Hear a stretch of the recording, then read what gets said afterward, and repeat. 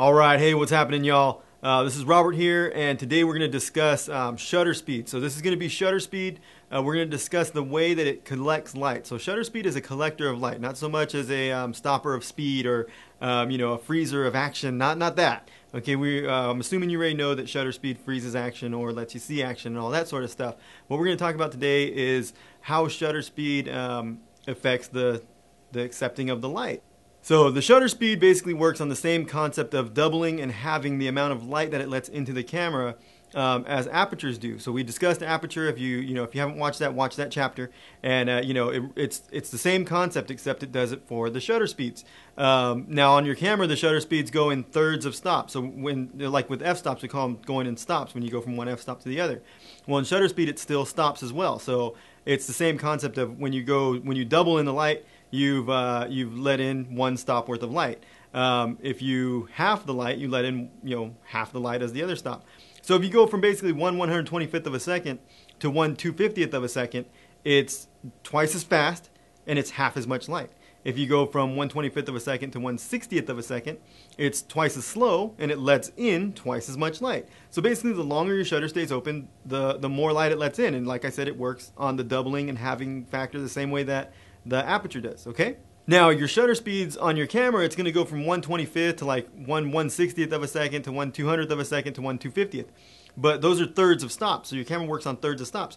But in reality, the shutter speeds, the major shutter speeds, I'll just call them major shutter speeds, I'm not sure exactly what they're called, but they're from one full shutter speed, one stop to the next, is going to be, if we start at 1/25th, which is the basic, that's what we're gonna use as our base, is 1/25th of a second. So 1/125th of a second is gonna be the base, and we're gonna work from there.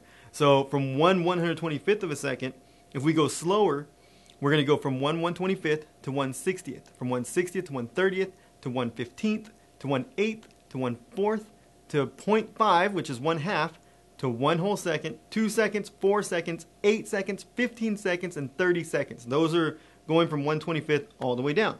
If you go from 1/25th up, you go 1/25th, 1/250th, 1/500th, 1/1000th, 1/2000th, 1/4000th, and 1/8000th of a second, okay? From 1/8000th of a second to 30 whole seconds, there's 18 different stops. So it doubles 18 times.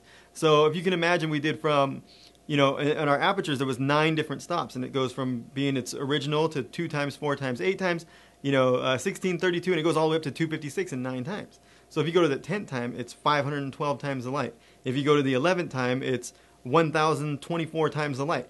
2,000, so it goes and goes and goes exponentially. So in shutter speeds, you have even more of a range than an aperture of how much light you can collect and how much light your camera's getting. So you can see it in these pictures that I took in about dawn. There's an f7.1, ISO 100, and all I'm changing is the shutter speed, okay? So it goes from 30 seconds to 1/8000th of a second. You can see the range of light that you can get by just changing your shutter speed, okay?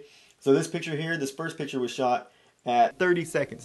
And it goes all the way down to an 8,000th of a second, okay? So this goes through all the shutter speeds that I talked about.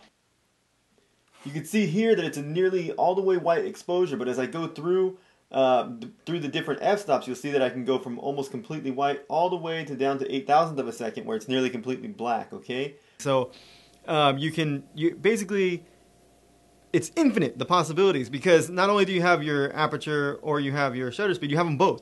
So, if you go in your aperture and you start from one point and you go all the way up to, your lowest aperture or your highest aperture setting, which would be 2.8 to get the biggest aperture, you still need more light and you're at 1/25th of a second. You go to 1/60th of a second and now you're not from 256 times the light. Now you're up to 512 times the light. And then from there, your shutter speeds still go and go and go and go and go. So when you use your shutter speeds with your aperture, it's just infinity of how much light you can gather. It's boundless, so you can take a picture of anything you want at any time you want, when you just know that you have these when you can see the fact that, okay, there's not enough light right now, I could do this and I can do this, and you still have your ISO to fall on, okay?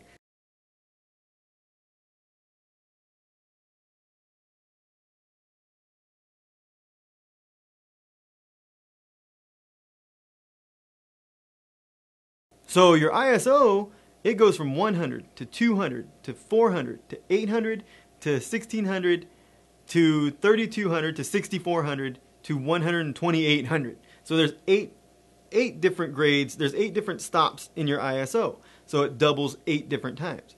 Now if you take that and double it over your 18 times you have with shutter speed and double it with your 9 times the doubling you have in your aperture if your lens goes that far, then you can see that you're just, the world of possibilities is completely open, and you can take a picture of anything that's going on at any time in any situation. So there's nothing that you cannot shoot.